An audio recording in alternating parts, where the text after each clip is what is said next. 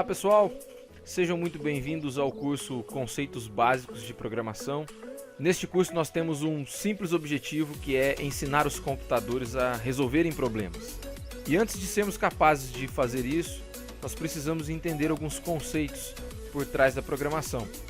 Primeiramente, eu gostaria de fazer a seguinte pergunta: como preparar um bolo? O Google me trouxe algumas informações. Por exemplo, ingredientes, açúcar, farinha e um modo de preparo. Esse modo de preparo, ele segue uma sequência lógica, que aqui, numerada de 1 a 6, ele indica que devemos processar os ingredientes, depois adicionar a uma forma e, por fim, assar. Mas o que isso tem a ver com algoritmo? Bom, um algoritmo também é uma sequência lógica de passos, onde devemos respeitar essa sequência a fim de obter um determinado resultado. Se pararmos para pensar, várias coisas em nossas vidas nós fazemos como uma sequência lógica de passos, mas fazemos isso tantas vezes que nós nem percebemos o processo que estamos utilizando. Uma coisa extremamente simples: somar dois números. Como fazemos isso? Assim como no processo de um bolo, onde nós temos ingredientes e um modo de preparo, a soma segue um princípio lógico parecido, onde nós temos um valor A, um valor B, a expressão que iremos aplicar a esses dois valores e um resultado que receberá esse processo. Mas como transformamos isso em um programa de computador? Para transformar isso em um programa de computador, nós precisamos falar a língua dos computadores. O computador entende uma única língua, que são os bits.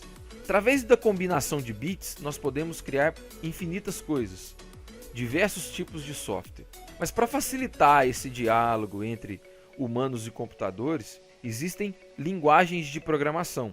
E cada linguagem muitas vezes é criada com um determinado propósito, que podemos utilizar para criarmos o software que quisermos. Por trás de toda linguagem de programação, existem alguns conceitos extremamente importantes que devemos conhecê-los antes de começar a escrever nossos códigos. Como, por exemplo, nós temos variáveis, que são elementos responsáveis por armazenar todas as informações existentes no nosso software. Essas informações são armazenadas na memória do computador através das variáveis. Outro elemento extremamente importante é a sintaxe. Nós não podemos escrever nosso código de qualquer maneira. Nós precisamos respeitar algumas regras. Assim como em português, para que as frases tenham sentido e sejam corretamente compreendidas, o software ele também é escrito diante de certas regras. Então nós precisamos respeitá-las a fim de que tenhamos um código legível. E por último, para que o computador entenda a linguagem de programação, é necessário um tradutor, ou seja, tecnicamente chamamos de compilador ou interpretador, que ele vai ser responsável por traduzir o código, o nosso algoritmo, na linguagem nativa de máquina, que seria os bits. Para escrever esse programa, eu utilizei o Notepad++ e também o Visual C++ 2015 Build Tools.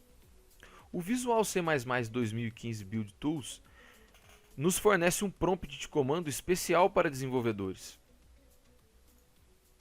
Esse prompt vem com as bibliotecas e as variáveis de ambiente configuradas, e assim nós não precisamos preocupar com essa configuração.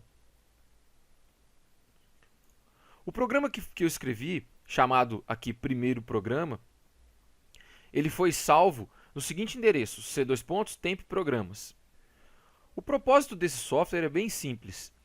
Ele vai solicitar um nome, o usuário, através do teclado, vai digitar e ele vai exibir uma mensagem. Existem palavras-chave que dirão ao compilador como traduzir esse código. Além dessas palavras, é importante notar que o código segue uma certa organização, um certo espaçamento. A fim de tornar o código mais legível, é importante que esse espaçamento seja respeitado. Além do mais, é importante notar que toda instrução que escrevemos segue um certo padrão.